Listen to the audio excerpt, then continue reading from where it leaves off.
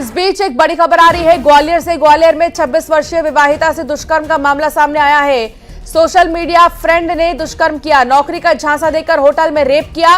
सप्ताह भर पहले थाटीपुर इलाके में वारदात को अंजाम दिया गया।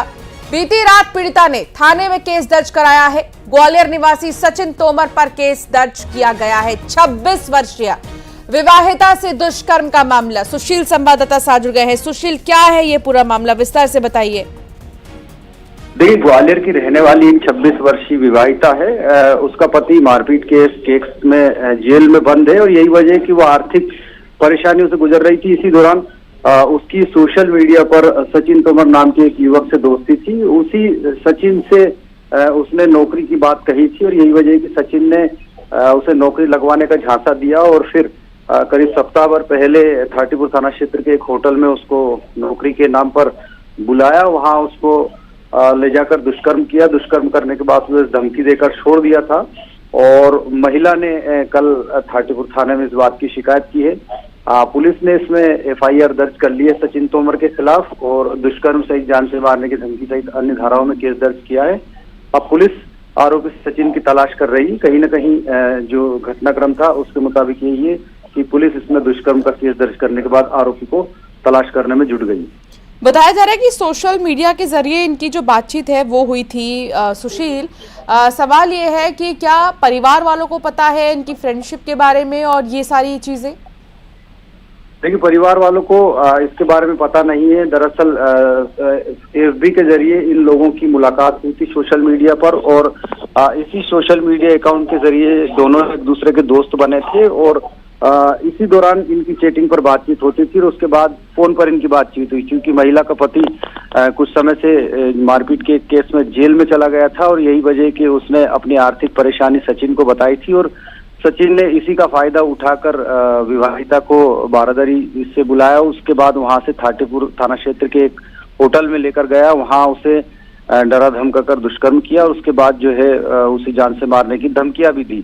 तो अब पीड़िता ने करीब 4-5 दिन बाद इस मामले की शिकायत थाटीपुर थाने में की तो पुलिस ने अब इसमें दुष्कर्म का केस दर्ज कर लिया। आरोपी की तलाश की जा रही है। आरोपी की गिरफ्तारी के बाद जो है पुलिस इस मामले में और भी आगे की कार्रवाई करेगी। ठीक है, बहुत शुक्रिया जानकारी साझा करने के लिए सुशील।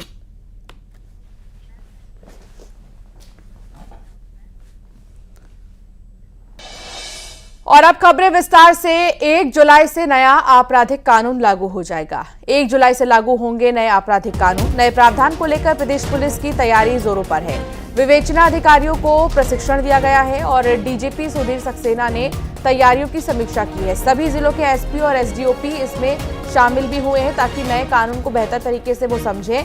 और 3 जो नए क्रिमिनल लॉज हैं जिसमें कि कुछ बदलाव किए गए हैं और पहले जिन अंकों से धाराओं को जाना जाता था अब एक अलग अंकों से उन धाराओं को जाना जाएगा।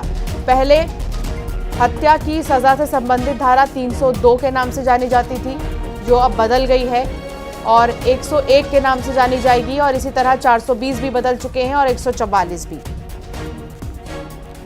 वासु चौरे संवाददाता साथ जुड़ गए हैं। वासु, 3 क्रिमिनल कानून जो कि 1 जुलाई से लागू होंगे उनको देखते हुए पुलिस ऑफिसर्स से लेकर तमाम जो अधिकारी हैं उनको ट्रेन किया जाएगा। क्या जानकारी आपके पास, कैसे ट्रेन किया जाएगा और किस तरीके से इसे समझाया जाएगा?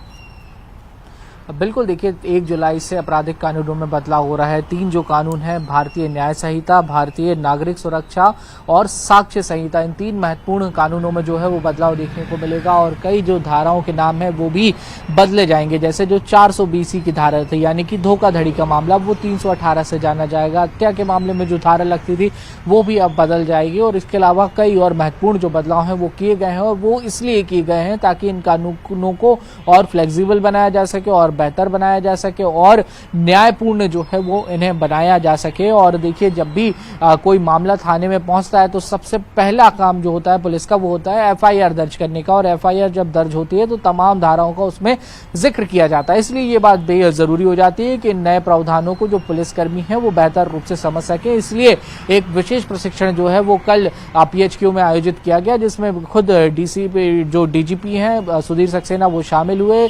पूरे मध्य प्रदेश के जो एडीजी स्तर के अधिकारी हैं, पुलिस अधीक्षक हैं, जो डीआईजी हैं, आईजी हैं, इन सभी अधिकारियों को, कमिश्नर्स को संबोधित डीजीपी ने किया और अंतिम पंक्ति तक, यानी कि जो कांस्टेबल लेवल के अधिकारी हैं, हर थाने में जो सिपाही मौजूद रहते हैं, तैनात रहते हैं, उन तक भी नए प्रावधानों की जानकारी पहुंच सके, एक ऐसा मॉड्यूल जो है वो तैयार किया गया है। और ये भी निर्देश दिए गए हैं डीजीपी की ओर से कि नए कानूनों के लागू होने के पहले, यानी कि 1 जुलाई के पहले आप इन तमाम जो बदलाव होने जा रहे हैं उनको समझ लें, ताकि आने वाले समय में जब ऐसे मामले थानों में पहुंचे तो उनको बेहतर रूप से डील किया जा सके, बेहतर रूप से उनके तहत जो कार्रवाई करने का काम है वो किया जा सके। जो प्रशिक्षण है वो थाने लेवल पर भी अब आने वाले दिनों में लगातार जारी रहेंगे, ताकि जो हर एक पुलिसकर्मी है वो इन पूरे कानूनों को, प्रावधानों को बेहतर रूप से समझ सके। और ये तमाम जो बदलाव हैं वो अलग अलग प्रचार साधन के जो माध्यम है उनके जरिए पब्लिक मॉड्यूल पर भी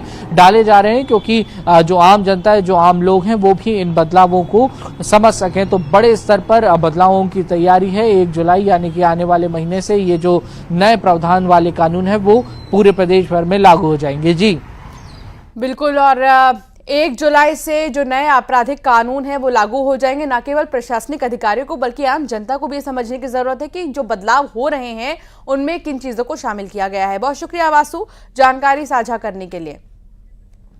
अयोध्या की बात करेंगे, जहां रामलला के मंदिर में पानी टपकने के सवाल पर ट्रस्ट के महासचिव चंपत राय का बयान आया है। उन्होंने बताया कि मंदिर के गर्भगृह में पानी की एक बूंद भी नहीं गिरी है। हालांकि उन्होंने साफ किया कि प्रथम तल और द्वितीय तल का काम अभी चल रहा है।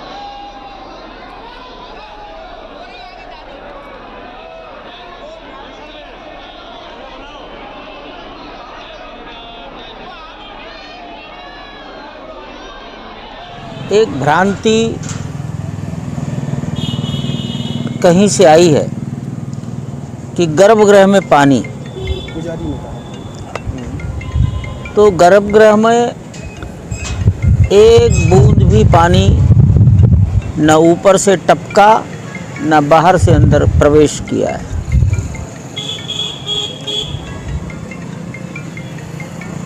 लेकिन गर्भगृह के बाहर, गर्भगृह के पूर्व दिशा में ईस्ट साइड जो पहला मंडप है उसे गूढ़ मंडप नाम दिया गया है।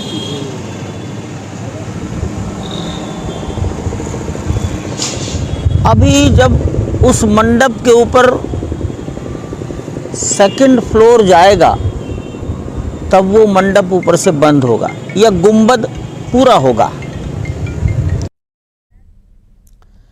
दुर्ग में एक युवक ने डॉगी के बच्चे को बेरहमी से पीट डाला। युवक ने छोटे बच्चे को डंडे से पीटा है और उठाकर फेंक दिया। घटना का सीसीटीवी फुटेज सामने आया है। भिलाई के रिसाली क्षेत्र का ये मामला है। लोगों ने आरोपी युवक के खिलाफ कार्रवाई की मांग की और पुलिस में शिकायत भी की है। बेरहमी की ये तस्वीर, और आप देखिए किस तरीके से जो पपी है उसको पीटता हुआ ये शख्स नजर आ रहा है। मिथिलेश संवाददाता साथ जुड़ गए। मिथिलेश, क्या कोई एक्शन लिया गया इस मामले में? देखिए, अभी इस पूरे मामले में जो है वो शिकायत पुलिस से की गई है और ये उनसे दरखास्त की गई है कि जो भी आरोपी है इस मामले में जो सीसीटीवी कैमरे में दिख रहा है उसके खिलाफ में कार्रवाई की जाए, ताकि इस तरह की घटना की पुनरावृत्ति ना हो। क्योंकि ये देखा जा रहा है कि अक्सर इस तरह की घटनाएं सामने आती है जब कोई भी व्यक्ति जो है वो जो जानवर होते हैं, जो पशु होते हैं, उनके खिलाफ में क्रूरता करते हैं और लगातार इस तरह की घटनाएं बढ़ रही है। तो इस पूरे मामले में जो पशु प्रेमी है वे ये चाहते हैं कि इस पूरे मामले में कठोर कार्रवाई की जाए, ताकि इस तरह की घटना की पुनरावृत्ति ना हो। शिकायत पत्र अभी दिया गया है पुलिस ने, जिसमें अभी फिलहाल एफआईआर नहीं की गई है, लेकिन ये मांग की जा रही है कि एफआईआर दर्ज कर इसमें कानूनी कार्रवाई की जाए। बहुत शुक्रिया जानकारी साझा करने के लिए मिथिलेश।